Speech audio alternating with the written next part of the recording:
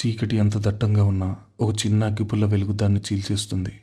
అలాగే మనిషి మెదడులో ఎంతటి రాక్షసత్వం ఆవహించినా ఓ స్వచ్ఛమైన పేగుబంధం పిలుపు ఆ పిచ్చితనాన్ని పటాపంచలు చేస్తుంది. మృత్యు అంచున ఉన్న మనిషికి వెనక్కి తీసుకురావడానికి పైనుంచి దేవుడే దిగిరానక్కర్లేదు. అమ్మ అనే ఒక పసివాడి ఆర్తనాదం చాలు. సంధ్య కళ్ళు పూర్తిగా పైకి తేలేస్తున్నాయి. గొంతు మీద పడిన సూర్య చేతులు బిగుంపుకు ఆమె శ్వాసనాళాలు మూసుకుపోతున్నాయి. గదంతా నిశ్శబ్దం. కేవలం సూర్య పిచ్చితనంతో అరుస్తున్న గొంతు, సంధ్య ప్రాణవాయువు కోసం గిలగిల్లాడుతున్న విలువిలు మాత్రమే వినిపిస్తున్నాయి. తన అక్కను బలి తీసుకున్న ఈ రాక్షస వ్యాధి ఇప్పుడు తన ప్రాణాలను కూడా తీసుకుంటుందని సంధ్యకు అర్థమైంది. ఆమె 2 చేతులు కిందకు పడిపోయాయి. సూర్యుని అడ్డుకునే శక్తి ఆమెలో లేదు. ఇంకొక 5 సెకండ్లు సంధ్య ప్రాణాలు గాల్లో కలిసిపోవడం ఖాయం. సరిగ్గా అదే క్షణంలో గది గుమ్మం దగ్గర నుంచి ఓ కీచుమనే ఏడుపు వినిపించింది. నాన్న, వదిలే నాన్న, అమ్మని చంపకు నాన్న, ప్లీజ్ నాన్న. ఆ నిశ్శబ్దపు రాత్రిని ముక్కలు చేస్తూ వచ్చిన అరుపు 4 ఏళ్ల పసివాడు వరుణ్ది. నిద్ర మధ్యలో ఉలిక్కిపడి లేచిన వరుణ్ పక్కన సంధ్య లేకపోవడంతో వెతుక్కుంటూ సూర్యగది దగ్గరకు వచ్చాడు. అక్కడ తన నాన్న తనను ప్రాణంగా చూసుకునే కొత్తమ్మను గొంతు నొక్కుతుంటే చూసి తట్టుకోలేకపోయాడు. భయంతో పరిగెత్తుకుంటూ వచ్చి తన చిన్న చేతులతో సూర్య వీపు మీద బలంగా కొడుతూ ఏడవడం మొదలుపెట్టాడు. నాన్న, అమ్మని వదిలే నాన్న. వరుణ్ గొంతు సూర్య చెవుల్లో పిడుగులా పడింది. ఆ పసివాడి స్పర్శ తగలగానే సూర్య మెదడు కమ్మేసిన ఆ మానసిక వ్యాధి ఒక్కసారిగా బద్దలైపోయింది. వాడి కళ్ళ ముందు ఆవహించిన శృతి ప్రతిబింబం మాయమైపోయింది. మసకబారిన వాడి చూపులు స్పష్టంగా మారింది. సూర్య ఒక్కసారిగా కళ్ళు పిటపిటలాడించి కిందకు చూశాడు. తన 2 చేతుల మధ్య గొంతు నొక్కబడి ముఖం నల్లబడి ప్రాణాపాయ స్థితిలో ఉన్నది శృతి కాదు, తన సంధ్య. తన పిల్లల కోసం మంటల్లో దూకి తన స్వచ్ఛమైన ప్రేమను ధారపోసిన ఆ మూగ దేవత సంధ్య. సూర్య గుండెలోంచి ఓ పెద్ద అరుపు బయటకొచ్చింది. నిప్పు మీద కాలు వేసిన వాళ్ళ తన చేతుల్లో ఒక్కసారిగా వెనక్కి లాక్కున్నాడు. సంధ్య గొంతు మీద నుంచి పట్టు విడిపోయింది. సంధ్యకు ప్రాణం తిరిగొచ్చింది. పెద్దగా దగ్గుతూ గొంతు పట్టుకుని గాలి కోసం విలవిల్లాడింది. కింద నేల మీద పడిపోయి ఊపిరితిత్తుల్లోకి గాలి పీల్చుకోవడానికి తీవ్రంగా ఆరాటపడుతోంది. వరుణ్ పరిగెత్తుకుంటూ వెళ్ళి సంధ్యను గట్టిగా వాటేసుకున్నాడు.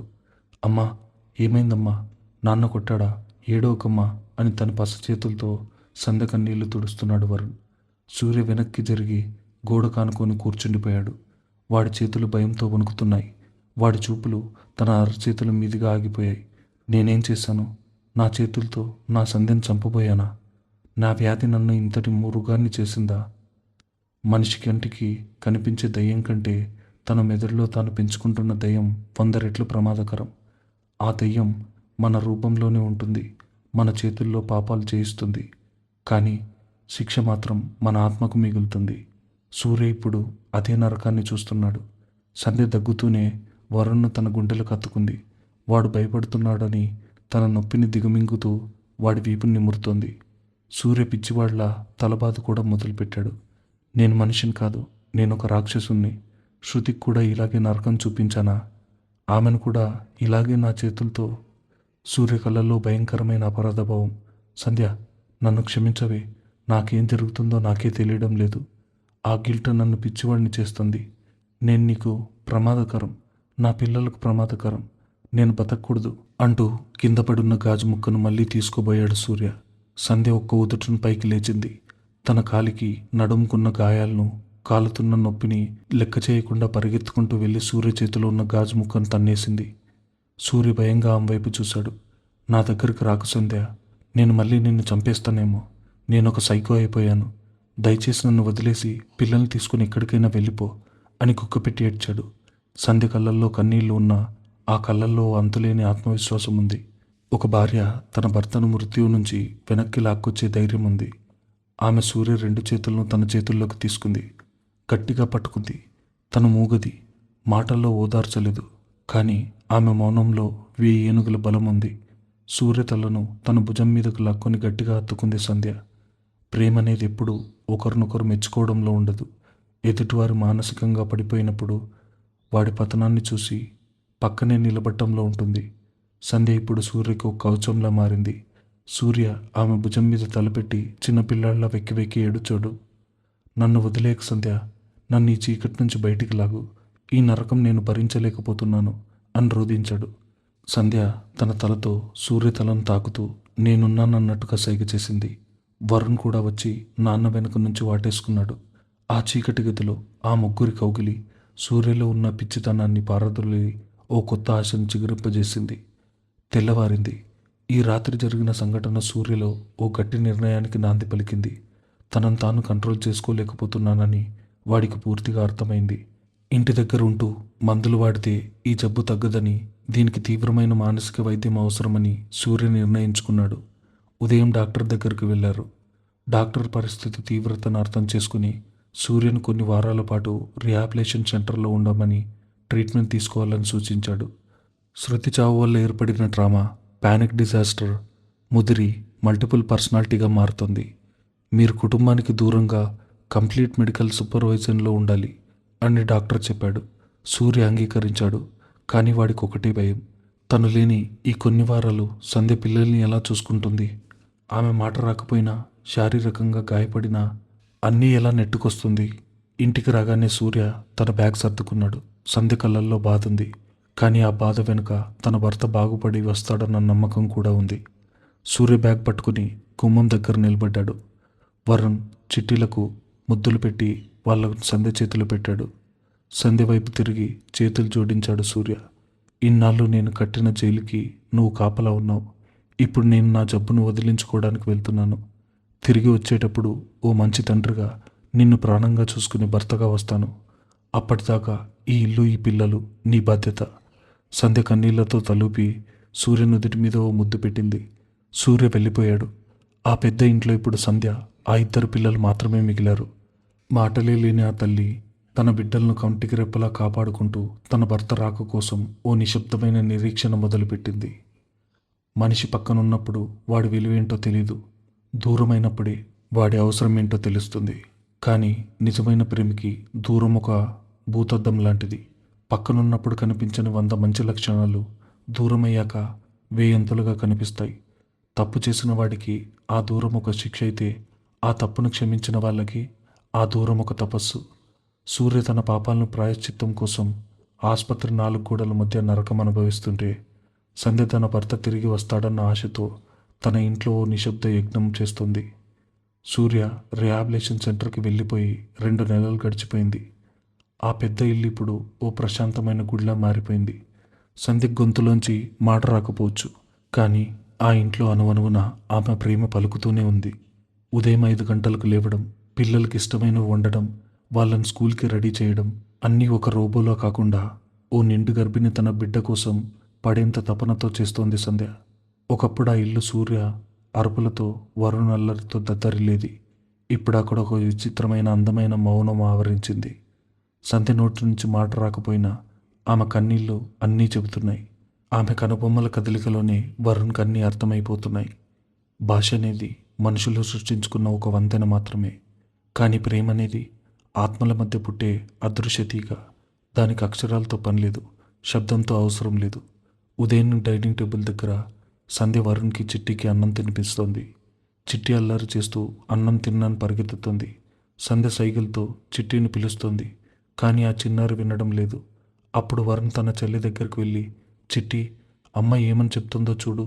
నువ్వు అన్నం తినకపోతే అమ్మ ఏడుస్తుందంట. రా, వచ్చి తిను అని బుజ్జగించి తీసుకొస్తున్నాడు. 4 ఏళ్ల వరుణ్కి ఇప్పుడు 5 ఏళ్ళు నిండాయి. కానీ వాడి మెచ్యూరిటీ చూస్తే 10 ఏళ్ల పిల్లాడిలా అనిపిస్తుంది. సంధ్య గొంతును కోల్పోయిందని వాడికి తెలుసు. అందుకే వాడే ఆమె గొంతులా మారాడు. ఎవరైనా ఇంటికి వస్తే సంధ్య సైగలు చేస్తుంటే వరుణ్ వాళ్ళకి ఏం చెప్తున్నాడో వివరించేవాడు.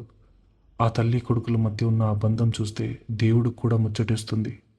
ఇటు సంధ్య ఇంటినొక పూదోటలా మారుస్తుంటే, అటు ఆసుపత్రి 4 గోడల మధ్య సూర్య తనలోని రాక్షసుడితో యుద్ధం చేస్తున్నాడు. రిహాబిలిటేషన్ సెంటర్లో ఓ చిన్న గది. కిటికీకి ఇనుప ఊచలు ఉన్నాయి. సూర్య ఒక కుర్చీలో కూర్చొని ఉన్నాడు. ఎదురుగా డాక్టర్ రమేష్. గత 2 నెలలుగా సూర్యకి థెరపీ జరుగుతోంది. తన గతాన్ని, తన భయాన్ని, తన అపరాధ భావాన్ని బయట కక్కేయడానికి డాక్టర్ అతనికి కౌన్సిలింగ్ ఇస్తున్నారు.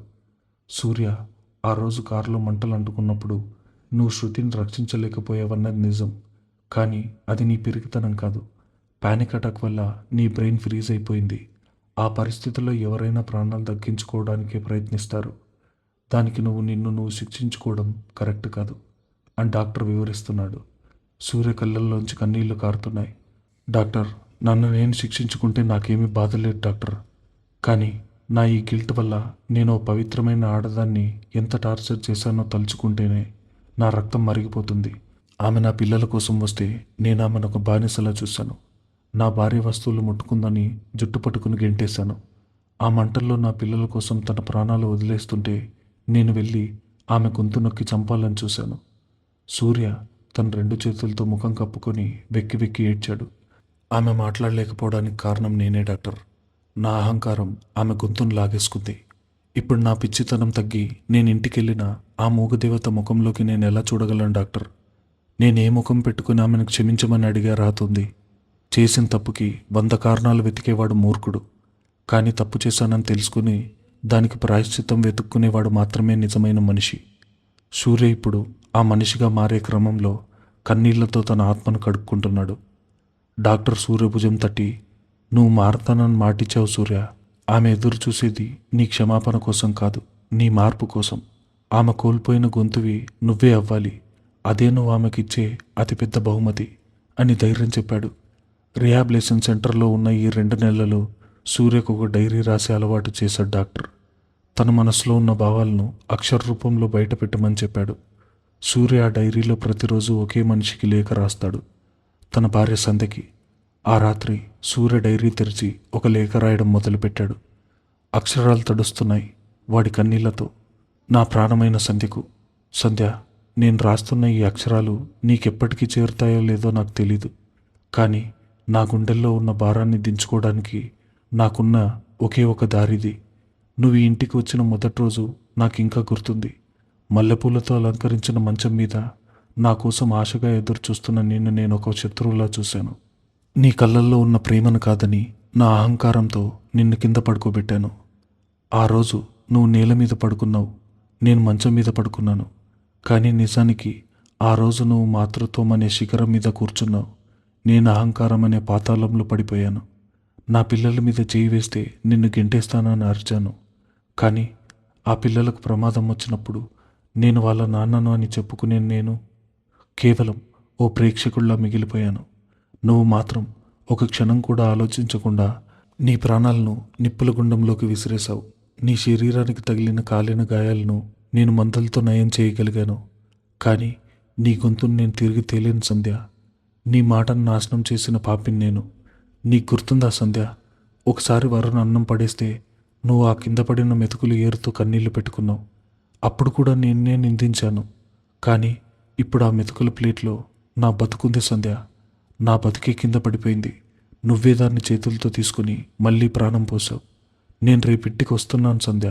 ఒక అహంకారైన బావగా కాదు, నీ కాళ్ళ దగ్గర పడి క్షమాపణ అడుక్కునే ఒక బానిసగా వస్తున్నాను. దయచేసి నన్ను క్షమించు సంధ్య. నీ మౌనానికి ఇకపై నా ప్రాణమే భాష అవుతుంది. నీ అపరాధి, నీ సూర్య. సూర్య వచ్చే సమయం దగ్గర పడుతుంది. సంధ్య ఇంటిని ఎంతో అందంగా అలంకరిస్తుంది. ఆమె ముఖంలో ఎంతో కాలం తర్వాత ఓ స్వచ్ఛమైన కళ కనిపిస్తుంది. అదే సమయంలో వరుణ్ చదువుతున్న స్కూల్లో మదర్స్ డే సందర్భంగా ఓ చిన్న ప్రోగ్రాం ఏర్పాటు చేశారు. పిల్లలందరూ వాళ్ళ తల్లుల్ని తీసుకురావాలి. సంధ్య కూడా ఓ అందమైన కాటన్ చీర కట్టుకుని వరుణ్ని స్కూల్కి తీసుకెళ్ళింది. మిగతా పిల్లలందరూ ఎంతో హడావిడిగా కబుర్లు చెప్పుకుంటున్నారు. సంధ్య మాత్రం ఒక మూల సైలెంట్గా కూర్చొని వరుణ్ణే ఆనందంగా చూస్తుంది. కొంతమంది పిల్లలు వరుణ్ దగ్గరకు వచ్చి, వరుణ్, మీ అమ్మ ఏంటి ఒక్క మాట కూడా మాట్లాడటం లేదు, ఎప్పుడూ సైకిలే చేస్తుంది, మీ అమ్మకు మాటలు రావా, మూగదా అని వెక్కరించడం మొదలుపెట్టారు. ఆ మాటలు విన్న సంధ్య గుండె చివుక్కుమంది. తన లోపం వల్ల తన బిడ్డ స్కూల్లో అవమానపడాల్సి వస్తోందని ఆమె కళ్ళల్లో నీళ్లు తిరిగాయి. తలదించుకుంది. కానీ వరుణ్ ఏమాత్రం భయపడలేదు, సిగ్గుపడలేదు. వాడు ముందుకొచ్చి ఆ పిల్లలతో ఎంతో గంభీరంగా అన్నాడు, మా అమ్మకి మాటలు రావురా, కానీ నాకు ఆకలిస్తే నేను అడక్కముందే మా అమ్మకు తెలిసిపోతుంది. నాకు జ్వరం వస్తే రాత్రంతా నిద్రపోకుండా నా కాళ్ళు పడుతుంది. మా అమ్మకు గొంతు లేదు, కానీ మా అమ్మకున్న పెద్ద మనసు ప్రపంచంలో ఏ అమ్మకీ లేదు. నా కోసం మా అమ్మ నిప్పుల్లోకి దూకి ఆమె మాటలు పోగొట్టుకుంది. మీ అమ్మ మీకోసం అలా చేయగలదా? 5 ఏళ్ల పిల్లాడి నుంచి వచ్చిన మాటలు విన్న ఆ క్లాస్ రూమ్ అంతా ఒక్కసారిగా నిశ్శబ్దమైపోయింది. అక్కడున్న టీచర్లు మిగతా తల్లలు కళ్ళల్లోంచి నీళ్లు ఊపికి వచ్చాయి. సంధ్య కళ్ళెమ్మట ఆనంద బాష్పాలు ధారలుగా కారుతున్నాయి. కొడుకు గెలిస్తే ఏ తల్లికైనా ఆనందమే. కానీ ఒక తల్లి ఓడిపోయినప్పుడు కొడుకు ఆమెను గెలిపించడానికి అడ్డుగోడలా నిలబడితే ఆ తల్లికి అది ఒక జన్మ కాదు, 1000 జన్మల పుణ్యం. సంధ్య వెళ్ళి వరుణ్ణి గట్టిగా గుండెకి హత్తుకుంది. ఆమె మాటలు రాని గొంతుకు ఆ క్షణంలో 1000 రాగాలు పాడుతున్నంత ఆనందాన్ని అనుభవించింది. వరుణ్ తన చిన్న చేతులతో సంధ్య కన్నీళ్లు తుడిచి ఆమె నుదుటి మీద ముద్దు పెట్టాడు. ఈ బంధం ఇక ఏ శక్తి విడదీయలేనిది అని ఆ క్షణంలో అర్థమైపోయింది. ఆ రోజు సాయంత్రం సూర్య రిహాబిలేషన్ సెంటర్ నుంచి డిశ్చార్జ్ అయ్యాడు. 2 నెలల తర్వాత తన ఇంటికి తిరిగి వస్తున్నాడు. వాళ్ళలో ఇప్పుడు అహంకారం లేదు, కోపం లేదు, కేవలం పశ్చాత్తాపం, తన భార్యను చూడాలన్న ఓ పవిత్రమైన ఆరాటం మాత్రమే ఉన్నాయి. సూర్య టాక్సీ దిగి ఇంటి గేటు దగ్గర నిలబడ్డాడు. గేటు తెరిచి నెమ్మదిగా లోపలికి అడుగుపెట్టాడు. ఇంటి ఆవరణంతా పారిజాత పూల వాసనతో నిండింది. ఇల్లు ఎంతో శుభ్రంగా కలకల్లాడుతూ ఉంది. గుమ్మం దగ్గర నిలబడి లోపలికి చూశాడు. సంధ్య హాల్ మధ్యలో దేవుడికి హారతిస్తుంది. కరెంటు దీపాల వెలుతురులో ఆమె ముఖం, కాలిన గాయం తాలూకు చిన్న మచ్చలు కూడా ఒక ఆభరణంలా కనిపిస్తున్నాయి. ఆమె ప్రశాంతత ఒక దేవతలా ఉంది. సూర్య అడుగుల చప్పుడు విని సంధ్య వెనక్కి తిరిగింది. ఆమె చేతిలో ఉన్న హారతి పళ్ళెం అలాగే ఆగిపోయింది. కళ్ళల్లో చెప్పలేనంత ఆనందం. ఒక భార్య తన సర్వస్వాన్ని తిరిగి చూసుకుంటున్న ఆరాటం. సూర్య నెమ్మదిగా నడుచుకుంటూ ఆమె దగ్గరకు వచ్చాడు. సంధ్యద హారతి పళ్ళెం పక్కన పెట్టి సూర్యకి ఎదురుగా నిలబడింది. తను పలకరించాలని ఉంది. బావా, ఎలా ఉన్నావని అడగాలనుంది. కానీ పెదాలు మాత్రం కదులుతున్నాయి. శబ్దం రావడం లేదు. సంధ్య కళ్ళల్లోంచి కన్నీళ్లు జారుతున్నాయి. సూర్య ఆమె కళ్ళల్లోకి నేరుగా చూశాడు. ఎలాంటి మాటలు లేవు, ఎలాంటి వివరణలు లేవు. సూర్య హఠాత్తుగా సంధ్య కాళ్ళ దగ్గర మోకాళ్ళ మీద కూలబడిపోయాడు. సంధ్య కంగారు పడిపోయి వెనక్కి అడుగులు వేసి వాడి భుజాలు పట్టుకుని పైకి లేవడానికి ప్రయత్నించింది. వద్దు బావా అని కన్నీళ్లతో బతిమాలుతోంది. కానీ సూర్య పైకి లేవలేదు. సంధ్య 2 చేతులతో తన చేతుల్లోకి తీసుకుని తన కళ్ళకద్దుకున్నాడు. వాడి కన్నీళ్లు ఆమె అరచేతులను తడుపుతున్నాయి. నన్ను క్షమించు సంధ్య. సూర్య గొంతు వణుకుతోంది. నన్ను క్షమించమని అడిగే అర్హత కూడా నాకు లేదు. నేనొక రాక్షసుణ్ణి, నీ ప్రాణాన్ని, నీ గొంతుని బలి తీసుకున్న ఒక పాపిని. కానీ నన్ను వదిలేక సంధ్య. నువ్వు లేకుండా నేను బతకలేను. నీ మౌనానికి నేను భాష అవుతాను. నీ అడుగుల్లో అడుగు వేసుకొని నడుస్తాను. నా జీవితాంతం నీ పాదాల దగ్గర ఒక బానిసలా బతికిస్తాను. దయచేసి నన్ను కరుణించు సంధ్య అంటూ చిన్నపిల్లాళ్లా గుక్కపెట్టి ఏడ్చాడు సూర్య. సంధ్య తన కన్నీళ్లు ఆపుకోలేకపోయింది. ఆడదాని మనసు ఎంత సున్నితమైనదంటే తనని ప్రాణం తీసి ఎంత కష్టపెట్టినా ఆ కష్టపెట్టిన వాడి కన్నీళ్లలో కాళ్ళ దగ్గర కూర్చుంటే క్షణంలో కరిగిపోతుంది. సంధ్య సూర్యను బలంగా పైకి లేపింది. వాడి కళ్ళను తన చీర కొంగుతో తుడిచింది. వాడిని గట్టిగా తన గుండెలకు హత్తుకుంది. ఆ ఆలింగనంలో ఎలాంటి ఫిర్యాదులు లేవు, గతపు కోపాలు లేవు. కేవలం నిస్వార్థమైన క్షమాపణ మాత్రమే ఉంది. ప్రేమ అనేది ఎప్పుడూ పరిపూర్ణంగా ఉండదు.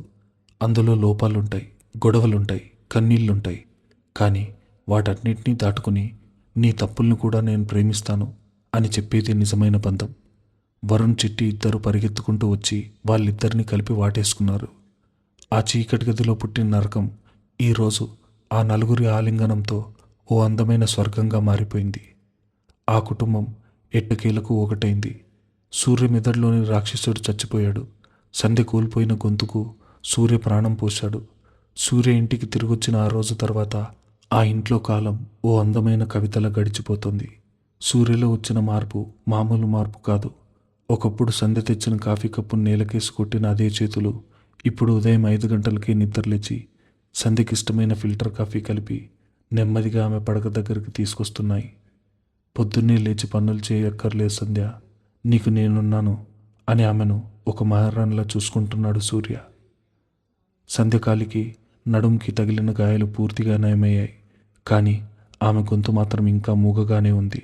సూర్య ఆమె మౌనానికి తన ప్రాణాన్ని భాషగా మార్చాడు.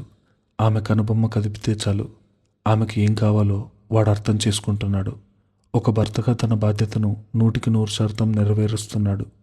వరుణ్, చిట్టీలకు సూర్య ఇప్పుడు భయపెట్టే నాన్న కాదు, వాళ్లతో కలిసి కింద పడి దొర్లుతూ ఆడుకునే ఒక స్నేహితుడు. ఆ కుటుంబం ఎప్పుడూ నవ్వులతో కలకల్లాడుతుంది. సూర్య తీసుకున్న సైకియాట్రిక్ ట్రీట్మెంట్ వాడిలో అపరాధ భావాన్ని పూర్తిగా తుడిచేసింది. వాడిప్పుడు గతాన్ని తలుచుకుని ఏడవడం లేదు. భవిష్యత్తు గురించి ఆశతో బతుకుతున్నాడు. కానీ సూర్య మనసులో ఒక వెలితి.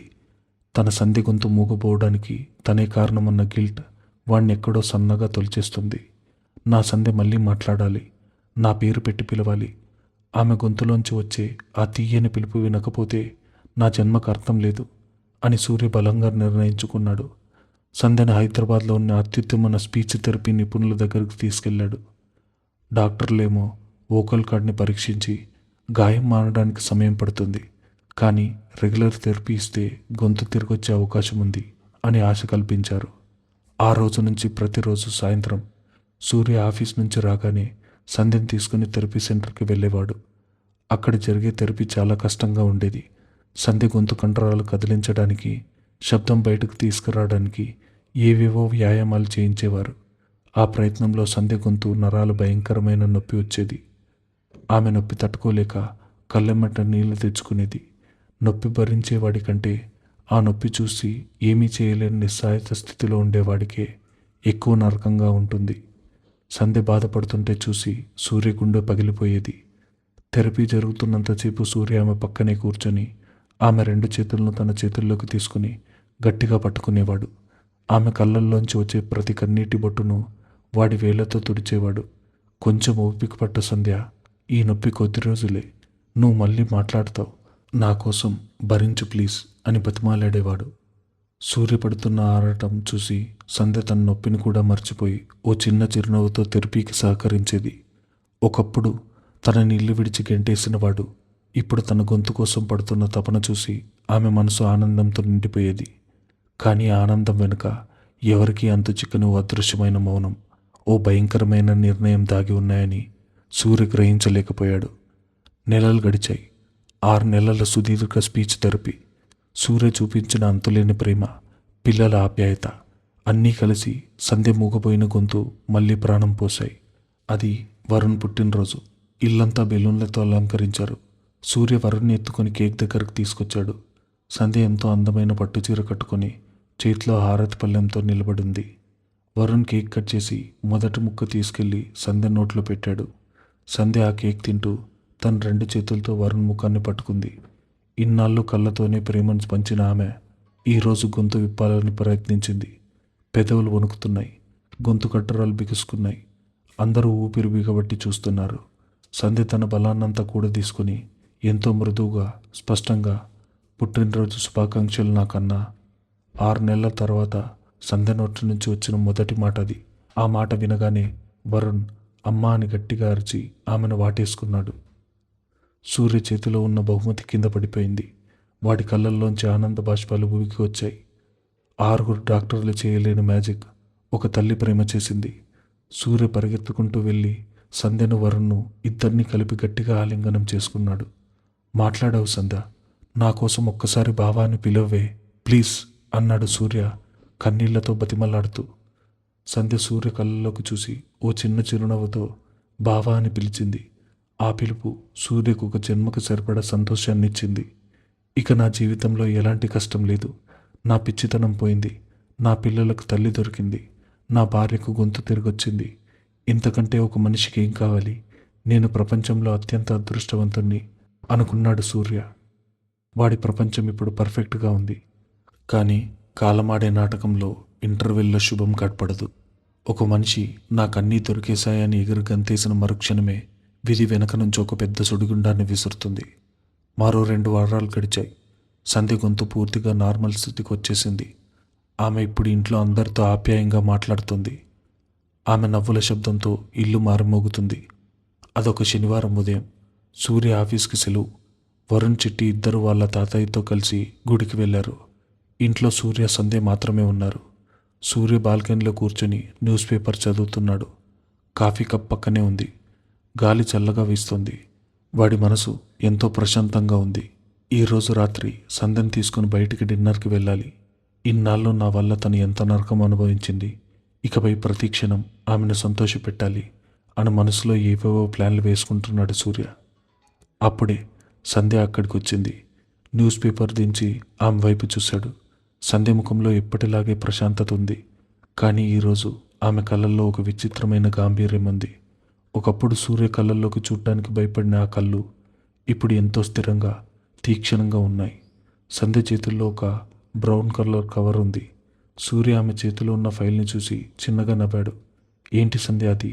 నాకేమైనా లవ్ లెటర్ రాసావా, లేక ఇంకేమైనా సర్ప్రైజ్ గిఫ్టా అని ఆట పట్టించాడు. సంధ్య ఏమీ మాట్లాడకుండా నెమ్మదిగా ఆ ఫైల్ని తీసుకెళ్ళి సూర్య ముందున్న టీపాయ్ మీద పెట్టింది. చూడు బావా, అంది సంధ్య నిదానంగా. ఆ గొంతులో ఎటువంటి ఎమోషన్ లేదు, కోపం లేదు, ప్రేమ లేదు, బాధ లేదు. ఓ విచిత్రమైన నిర్లిప్త. సూర్య నవ్వుతూనే ఆ ఫైల్ని చేతిలోకి తీసుకున్నాడు.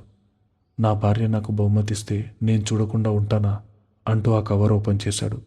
అందులోంచి కొన్ని కాగితాలు బయటకు తీశాడు. అవి లీగల్ పేపర్స్ లాగా ఉన్నాయి. కోర్టు స్టాంపులు, లాయర్ సంతకాలు ఉన్నాయి. సూర్య కళ్ళు ఆ పేపర్ మీద ఉన్న మొదటి లైన్ మీద పడ్డాయి. Petition for mutual divorce. ఆ అక్షరాలు చూడగానే సూర్య గుండె ఒక్క క్షణం పాటు ఆగిపోయింది. వాడికి ఊపిరాడటం లేదు. వాడి మెదడు మొద్దుబారిపోయింది. విడాకుల? ఇది నా భార్య నాకిచ్చిన ఫైలేనా? తను నాకేమైనా ప్రాంక్ చేస్తుందా? సూర్య చేతులు వణుకుతున్నాయి. వాడి నవ్వు ఒక్కసారిగా మాయమైపోయింది. కళ్ళల్లో భయం పలకరించింది.